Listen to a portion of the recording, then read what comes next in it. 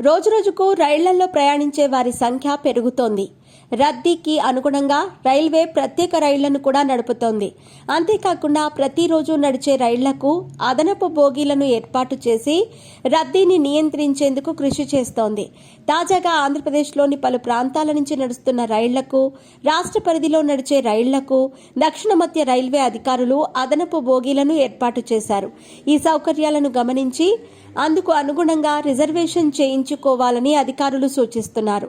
భువనేశ్వర్ నుంచి బెంగళూరుకు 18,463 నెంబరుతో నడుస్తున్న రైలుకు ఈ నెల 14వ తేదీ నుంచి 21వ తేదీ వరకు, అలాగే బెంగళూరు నుంచి భువనేశ్వర్కు 18,464 నెంబరుతో నడుస్తున్న రైలుకు ఈ నెల 15వ తేదీ నుంచి 22వ తేదీ వరకు ఇప్పుడున్న బోగీలతో పాటు ఓ థర్డ్ ఏసీ బోగీని అదనంగా ఏర్పాటు చేస్తున్నారు.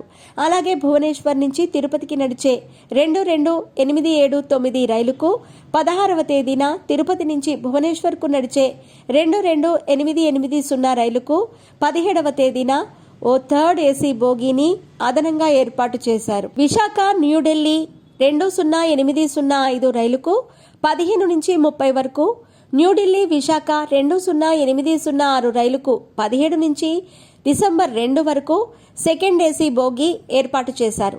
విశాఖ నుంచి ఎల్టీడీ 22847 రైలుకు 24న, ఎల్టీటీ నుంచి విశాఖ 22848 రైలుకు 26న, విశాఖ డిఘా 22847 రైలుకు ఈ నెల 28న, డిఘా విశాఖ 22873 రైలుకు ఈ నెల 29న ఒక థర్డ్ ఏసీ బోగీని అదనంగా ఏర్పాటు చేస్తున్నారు.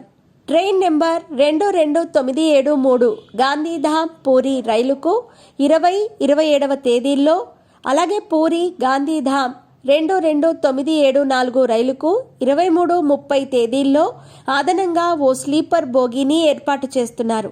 గుంటూరు నుంచి విశాఖపట్నం వెళ్లే సింహాద్రి 17239 రైలును 14న రద్దు చేశారు.